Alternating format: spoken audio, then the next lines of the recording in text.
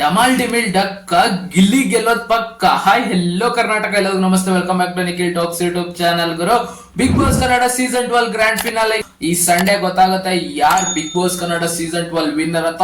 Already ಇಡೀ ಕರ್ನಾಟಕ ಗೊತ್ತು ಗುರು, ಯಾರ್ big boss Kannada season 12 win ಆಗ್ತಾರೆ ಅಂತ ಮನೆ ಒಳಗಿರೋರಿಗೂ ಗೊತ್ತಿದೆ. ಏನಕ್ಕಂದ್ರೆ ಈ ಫ್ಯಾಮಿಲಿ ವೀಕ್ ಬಂದಾಗ, ಫ್ಯಾಮಿಲಿ ಮೆಂಬರ್ಸ್ ಒಳಗೆ ಹೋದಾಗ ಪ್ರತಿಯೊಬ್ಬರಿಗೂ ಒಂದು ಹಿಂಟ್ ಸಿಕ್ಬಿಟ್ಟಿದೆ.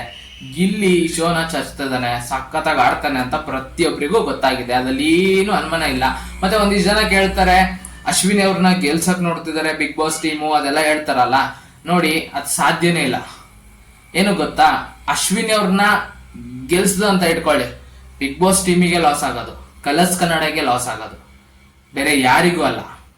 ಏನಕ್ಕಂದ್ರೆ ಅವ್ರಿಗೆ ಬರ್ತಿರೋ ಓಟ್ಸು ಅಥವಾ ಅವ್ರಿಗಿರೋ ಫ್ಯಾನ್ಸು, ಗಿಲ್ಲಿ ಅವ್ರಿಗಿರೋ ಫ್ಯಾನ್ಸ್ ಮತ್ತೆ ಅವ್ರಿಗೆ ಬರ್ತಿರೋ ಓಟ್ಸ್ ಕಂಪ್ಯಾರಿಸನ್ ಇದೆಯಲ್ಲ, ಅದು ಅಜಗಜಾಂತರ.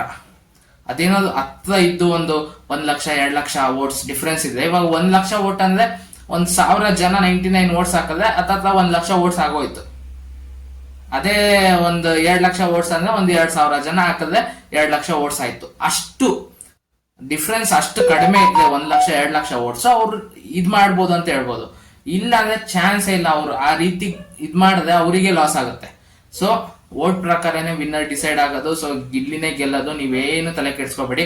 ನಾವಿವಾಗ ಏನ್ ಮಾಡ್ಬೇಕಂದ್ರೆ ಹೈಯೆಸ್ಟ್ ಓಟ್ಸ್, ಇವಾಗ ನೀವು ಲಾಸ್ಟ್ ಸೀಸನ್ ನೀವು ನೋಡಿರ್ತೀರಾ, ಹನುಮಂತಣ್ಣ 5,67,00,000 ಚಿಲ್ಡ್ರೇನೋ ಓಟ್ಸ್ ತಗೊಂಡ್ರಲ್ಲ, ಅದನ್ನ ಬೀಟ್ ಮಾಡ್ಬೇಕು. ಅದನ್ನಂತೂ ಬೀಟ್ ಮಾಡ್ತಾರೆ, ಡೌಟೇ ಇಲ್ಲ. ಬಟ್ 7 ಕೋಟಿ 8 ಕೋಟಿ ಪ್ಲಸ್ ಓಟ್ಸ್ ಬರ್ಬೇಕು ಗಿಲ್ಲಿಗೆ. ಆ ರೀತಿ ಪ್ರತಿಯೊಬ್ರು 99 ಓಟ್ಸ್ ಮಾಡಿ ಮತ್ತೆ ಬೇರೆ ರಥನು ಓಟ್ ಮಾಡಿಸಿ ಗಿಲ್ಲಿನ ಒಂದು ದಾಖಲೆ ಮಟ್ಟದಲ್ಲಿ ಗೆಲ್ಸೋಣ. ಗಿಲ್ಲಿಗೆ ಈ ರೀತಿ ಫ್ಯಾನ್ ಕ್ರೇಜ್ ಇದೆಯಾ ಅಂತಂದು ಹೊರಗಡೆ ಬರ್ತಾರಲ್ಲ, ಅವ್ರು ಕಕ್ಕಾ ಬಿಕ್ಕಿ ಆಗ್ಬಿಡ್ಬೇಕು. ಅಥವಾ ಎದುರಾಳಿಗಳು ಅಂದ್ರೆ ಅವ್ರ ಫ್ಯಾನ್ಸು, ಅಶ್ವಿನಿ ಗೌಡ ಅವ್ರ ಫ್ಯಾನ್ಸು, ಅವರು ಇವರು ಗಿಲ್ಲಿನ ಯಾರು ಏಟ್ ಮಾಡ್ತಾರಲ್ಲ ಜಾಸ್ತಿ, ಅವ್ರು ಕಕ್ಕಾ ಬಿಕ್ಕಿ ಆಗ್ಬಿಡ್ಬೇಕು. ಆ ರೀತಿ ನೀವು ವೋಟ್ ಮಾಡಿ. ಏನ್ ಗುರು ಈ ರೀತಿ ಇಷ್ಟು ಕ್ರೇಜ್ ಆಗಿ ಗಿಲ್ಲಿಗೆ? ನಾವೆಲ್ಲ ಬರೇ ಗಿಲ್ಲಿ ಏನು ಮಾಡ್ತಿಲ್ಲ ಕೆಲಸ ಅಂತೆಲ್ಲ ನಾವೆಲ್ಲ ಏನೇನೋ ಮಾಡ್ತಿದ್ವಿ. ಬಟ್ ಗಿಲ್ಲಿಗೆ ಈ ರೀತಿ ಸಪೋರ್ಟ್ ಇದೆಯಾ? ಏನಕ್ಕೆ ಗಿಲ್ಲಿಗೆ ಆ ರೀತಿ ಸಪೋರ್ಟ್ ಇದೆ ಅಂದ್ರೆ, ವ್ಯಕ್ತಿತ್ವದಲ್ಲಿ ಫಸ್ಟ್ ಇಂದ ಹೆಂಗ್ ಬಂದಾಗಿಂದ ಯಾವ ರೀತಿ ಇದ್ದೋ ಅದೇ ರೀತಿ ಇದ್ದಾರೆ. ಫಸ್ಟ್ ವೀಕ್ ಇಂದ ಯಾವ ರೀತಿ ಇದ್ದೋ ಅದೇ ರೀತಿ ಇದ್ದಾರೆ.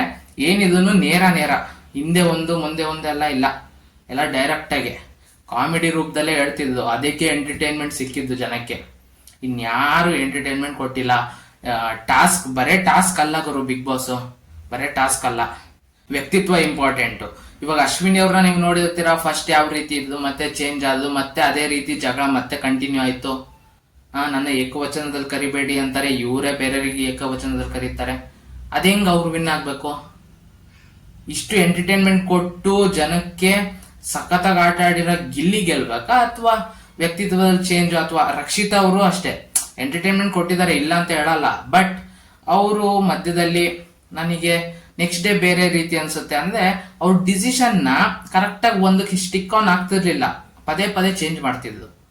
ಈ ಭಾನುವಾರ ಬೆಳಿಗ್ಗೆ 10 ಗಂಟೆಗೆ ವೋಟಿಂಗ್ ಡೇಸ್ ಬೇರೆ ಕ್ಲೋಸ್ ಆಗ್ತಿದೆ. ಇನ್ನು 2 ದಿನ ಬಾಕಿ ಇರೋದು. ಸೊ ಎಲ್ಲರೂ ವೋಟ್ ಮಾಡಿ ಅಂತ ಹೇಳ್ತಾ ಈ ವಿಡಿಯೋ ಇಲ್ಲಿ ಮುಗಿಸ್ತಿದ್ದೀನಿ. ಈ ವಿಡಿಯೋ ಇಷ್ಟ ಆಗಿದ್ದಾರೆ ವಿಡಿಯೋ ಒಂದು ಲೈಕ್ ಮಾಡಿ, ಶೇರ್ ಮಾಡಿ, ಮತ್ತೆ ಸಬ್ಸ್ಕ್ರೈಬ್ ಮಾಡ್ಕೊಳ್ಳೋದನ್ನ ಮರಿಬೇಡಿ. ನಮ್ಮ ಚಾನಲ್ನ ಸಬ್ಸ್ಕ್ರೈಬ್ ಮಾಡ್ಕೊಂಡು ಸಪೋರ್ಟ್ ಮಾಡಿ ಅಂತ ಕೇಳ್ತಾ ಈ ವಿಡಿಯೋ ಇಲ್ಲಿ ಮುಗಿಸ್ತಿದ್ದೀನಿ. ಮತ್ತೆ ಇನ್ನೊಂದು ವಿಡಿಯೋ ಒಂದಿಗೆ ಬರ್ತೀನಿ ಗುರು.